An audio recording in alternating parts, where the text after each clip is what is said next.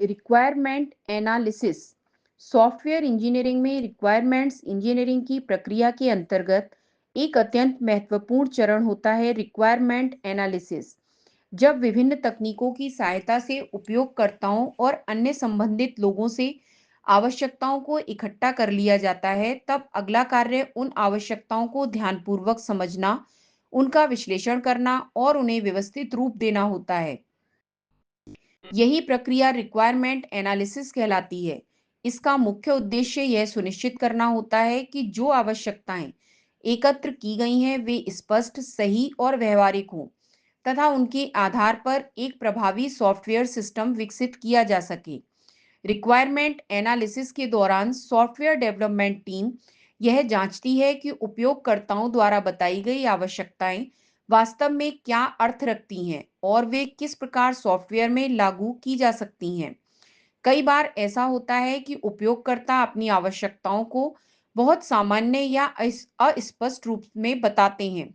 उदाहरण के लिए, कोई ग्राहक केवल यह कह सकता है कि उसे एक तेज और सुविधाजनक सिस्टम चाहिए, लेकिन यह कथन पर्याप्त स्पष्ट नहीं होता।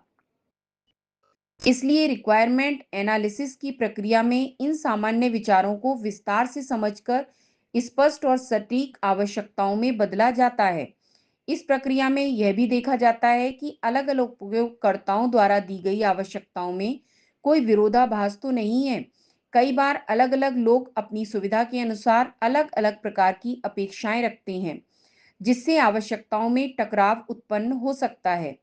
ऐसी स्थिति में रिक्वायरमेंट एनालिस्ट इन सभी आवश्यकताओं का विश्लेषण करके उनके बीच संतुलन स्थापित करता है और यह तय करता है कि सॉफ्टवेयर में कौन सी आवश्यकताएं वास्तव में शामिल की जानी चाहिए। रिक्वायरमेंट एनालिसिस का एक महत्वपूर्ण उद्देश्य आवश्यकताओं को व्यवस्थित और संरचित रूप में प्रस्तुत करना भी होता है। इस चरण में आवश्यकताओं को अलग-अलग श्रेणियों में विभाजित किया जाता है, जैसे फंक्शनल रिक्वायरमेंट्स और नॉन फंक्शनल रिक्वायरमेंट्स। इसके साथ ही यह भी निर्धारित किया जाता है कि कौन सी आवश्यकताएं सबसे अधिक महत्वपूर्ण हैं और किन्हें बाद में भी जोड़ा जा सकता है। इससे डेवलपमेंट टीम को यह स्पष्ट समझ मिलती है कि सॉफ्टवेयर के विकास के दौरान किस कार्य को पहले करना चाहिए।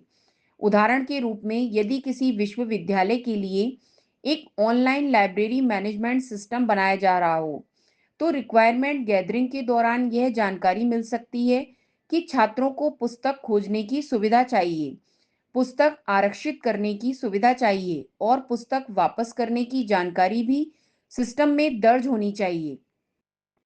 रिक्वायरमेंट एनालिसिस के दौरान इन सभी आवश्यकताओं का विस्तार से अध्ययन किया जाएगा और यह तय किया जाएगा कि इन सुविधाओं को सिस्टम में किस प्रकार शामिल किया जाए ताकि पूरा सिस्टम व्यवस्थित और उपयोग में सरल बन सके। रिक्वायरमेंट एनालिसिस का एक और महत्वपूर्ण पहलू यह है कि यह भविष्य में होने वाली समस्याओं को कम करने में मदद करता है। यदि आवश्यकताओं का विश्लेषण सही तरीके से किया जाए, तो सॉफ्टवेयर विकास के बाद बड़े बदलाव करने की आवश्यकता कम हो जाती है। इससे समय और लागत दोनों की बचत होती है और प्रोजेक्ट की सफलता की संभावना भी बढ़ जाती है।